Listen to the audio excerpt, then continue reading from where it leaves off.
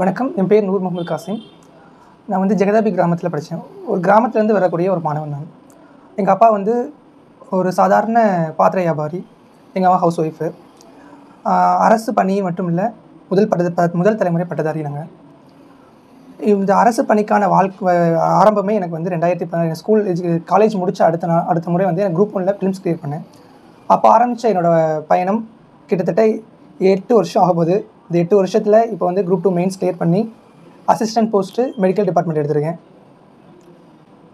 எனக்கு வந்து 2 குழந்தைங்க.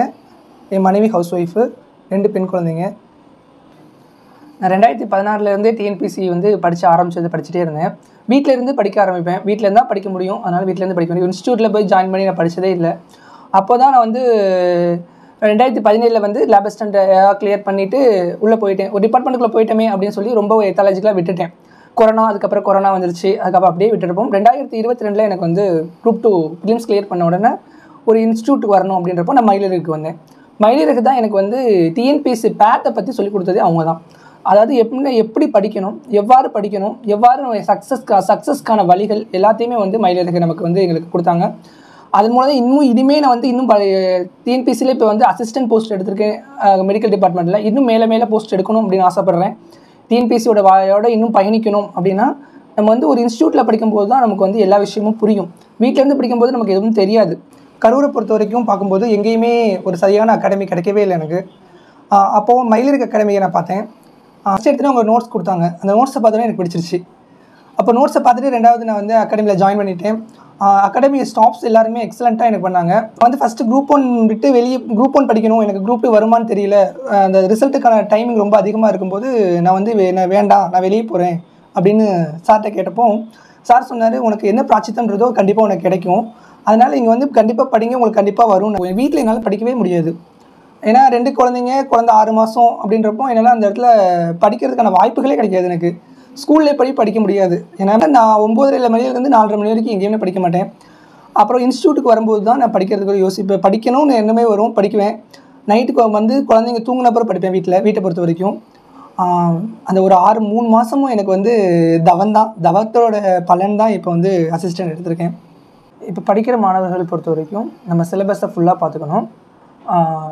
குரூப் 2, குரூப் 1, குரூப் 4 இது எல்லாத்துக்குமே வந்து ஓரளவுக்கு சிலபஸ் வந்து ஜிஎஸ் பொறுத்த வரைக்கும் எல்லாம் ஒரே மாதிரி வரும். குரூப் 1ல் மட்டும்தான் எங்களுக்கு வந்து தமிழ் வராது.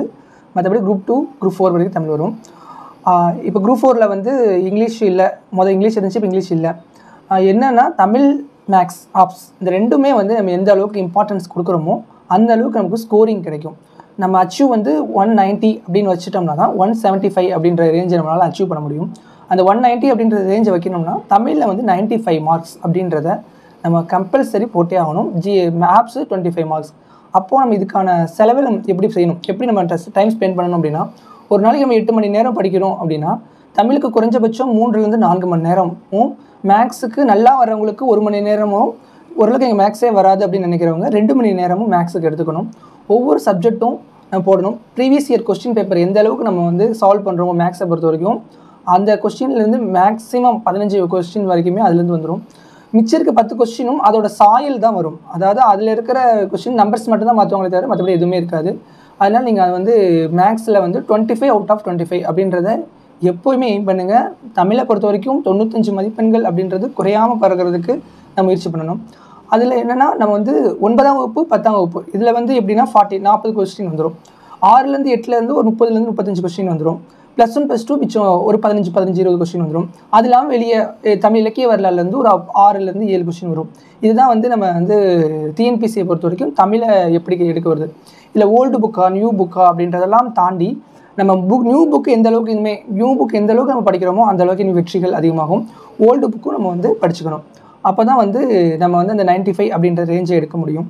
95 இதில் 25 எடுத்துட்டோம் அப்படின்னாலே ஓரளவுக்கு நம்ம வந்து சேஃப் ஜோனுக்கு போக முடியும். ஜிஎஸ் பொறுத்த வரைக்கும் நம்ம வந்து ஸ்கூல் புக்கை எந்த அளவுக்கு நம்ம படிக்கிறோமோ அந்த அளவுக்கு ஜிஎஸ்சில் வெற்றி உண்டு. கரண்ட் அஃபேர்ஸை ஒரு ஃபாலோ பண்ணிக்கிட்டே வரணும். கரெக்டாக 1 இயருக்கான கரண்ட் அஃபேர்ஸை ஃபாலோ பண்ணிகிட்டே வரணும். முடிஞ்சளவுக்கு ஷார்ட்கட் வச்சுக்கணும். நம்ம நிறைய விஷயங்களுக்கு ஷார்ட்கட் பண்ணி தான் நம்ம படிக்கும்போது மட்டும்தான் வெற்றி வந்து அதிகமாகும். இது வந்து ப்ரிலிம்ஸ்க்கான விஷயம். குரூப் 2, குரூப் 4க்கு, குரூப் 2 ப்ரிலிம்ஸ்க்கு, குரூப் 1 ப்ரிலிம்ஸ்க்கான விஷயம். மெயின்ஸுக்கு பொறுத்த வரைக்கும் என்ன பண்ணணும் அப்படின்னா, டிஸ்கிரிப்டிவ் அப்படின்னா நமக்கு அது ஒரு கேள்விகள் கேட்டிருக்காங்க அப்படின்னா, அந்த கேள்விக்கான நேரடி பதில்கள் நமக்கு தெரியலை அப்படின்னாலும் கூட அதுக்கான மறைமுக பதில்கள், அதாவது அதை வந்து ரிலேட் பண்ணி கொண்டு போகிறது எப்படி அப்படின்றத நம்ம முழுமையாக கற்றுக்கணும். அதை கற்றுக்கணும்னா அதை நம்ம வந்து வீட்டிலேருந்து கற்றுக்கவே முடியாது. அதை வந்து ஒரு இன்ஸ்டியூட் வழியாக தான் நம்ம கற்றுக்க முடியும். எந்த ஒரு கேள்விக்கும் ரிலேட் பண்ணி கற்றுக்கிறது மூலியமாக அந்த மதிப்பெண்கள் வந்து கிட்டத்தட்ட நியர்பை வாங்க முடியும். நம்ம எந்த அளவுக்கு வந்து குரூப் 2 மெயின்ஸ், குரூப் 1 மெயின்ஸுக்கு பொறுத்த வரைக்கும் கேள்விகளை வந்து ரிலேட் பண்ணி தான் எழுதுவது தான் மதிப்பெண்கள் அதிகமாக கிடைக்கும். நிறைய விஷயங்களை கற்றுக்கணும். நிறைய குறிப்புகள் பிடிக்கிறது எப்படி அப்படின்னா, நம்ம சிலபஸை ஃபஸ்ட்டு சிலபஸ் நமக்கு மைண்டில் எப்பயுமே இருக்கணும். சிலபஸை எடுத்துகிட்டு அதில் வந்து புக்ஸ் எடுத்துக்கணும். சிலபஸ்லேருந்து புக்கு 6th ஒரு டாபிக் இருக்கும், அந்த டாபிக் அப்படியே 10th இருக்கும். ஸோ நம்ம என்ன பண்ணோம், 6th 7th 8th 9th 10th அப்படின்றது படிக்கிறது இல்லாமல் 6th அந்த டாபிக் வைஸாக பார்த்துட்டே வரும்போது அந்த முடிவு எங்கே இருக்குது அப்படின்னு தெரியும். 6th ஆரம்பிச்சிருப்பாங்க, 10th கொஞ்சம் இருக்கும், அதுக்கடுத்து 12th இருக்கும். அப்போ அந்த டாப்பிக்கை நம்ம நோட்ஸ் வைஸாக நம்ம ரிட்டனில் எழுதிட்டோம் அப்படின்னா, ஒரு முறை படிக்கிறத விட ஒரு முறை எழுதி பார்ப்பது 10 முறை படிப்பதற்கு சமமாகும். அதனால் ஒரு முறை நம்ம எழுதி பார்த்துட்டோம் அப்படின்னா நம்மளுக்கு வந்து அந்த நோட்ஸ் வந்து படிக்கிறதுக்கு எளிமையாக இருக்கும். நம்ம தேர்வு நோக்கில் வந்து எழுதணும். அடுத்து அந்த நோட்ஸ் எப்படி எழுதணும் அப்படின்னா, நீங்கள் வந்து இன்னொருத்தங்களுக்கு பாடம் எடுக்க போகிறீங்க அப்படின்னா எப்படி எழுதுவீங்க, எப்படி நம்ம இன்னும் ப்ரிப்ரேஷன் அதிகமாக பண்ணுவோம்ல, அதே மாதிரி தான் நீங்கள் நோட்ஸ் எழுதணும். வீட்டிலேருந்து எழுதுனதை விட இன்ஸ்டியூட்டில் வந்து எழுதும்போது என்ன அதில் வந்து பெனிஃபிட் கிடைக்கும் அப்படின்னா, உங்களுக்கு எப்படி நோட்ஸ் எழுதுறது அப்படின்றத சொல்லுவாங்க. எங்கெங்கே இந்த டாபிக்ஸ் எங்கெங்கே கவர் ஆகுதுன்ற விஷயத்த சொல்லிடுவாங்க. இந்த விஷயம் சொல்லும் போது இந்த விஷயத்தை கேட்டுட்டு இன்ஸ்டியூட்டில் கொடுக்கறது மட்டும் நமக்கு பத்தாது. நம்ம எந்த அளவுக்கு தேடி நம்ம படிக்கிறோமோ அந்த அளவுக்கு அது வெற்றியை நமக்கு கிடைக்கும். நோட்ஸ் எழுதுகிற விஷயம் வந்து நம்ம இந்த நோட்ஸ் வந்து இப்போ மட்டும் பயன்பட போகிறதில்ல, நம்மளோட ஒவ்வொரு தேர்வுக்கும் அது பயன்படும். அதனால் நீங்கள் என்ன பண்ணுங்கன்னா, நோட்ஸ் எழுதுவதை வந்து நீங்கள் எப்பயுமே வரும். பிகினர்ஸாக போகிறவங்கன்னா கண்டிப்பாக சிலபஸை ஃபஸ்ட்டு பாருங்கள். சிலபஸில் இருந்து நம்ம ஒவ்வொரு இன்ஸ்டியூட்டில் சொல்லக்கூடிய விஷயங்களை கேட்டு அந்த இன்ஸ்டியூட்லேருந்து சிலபஸ் எப்படி கவர் பண்ணணும், அப்போது புத்தகங்கள் எங்கெங்கெல்லாம் கவர் பண்ணணும், 6ஆம் வகுப்பு 7ஆம் வகுப்பா 8ஆம் வகுப்பா 9ஆம் வகுப்பா 10ஆம் வகுப்பா, அப்போ அந்த டாபிக் கவர் பண்ணி அது வழியே நோட்ஸ் நீங்கள் எழுதிட்டீங்க அப்படின்னா உங்களுக்கு மிகப்பெரிய சக்ஸஸ் கிடைக்கும்.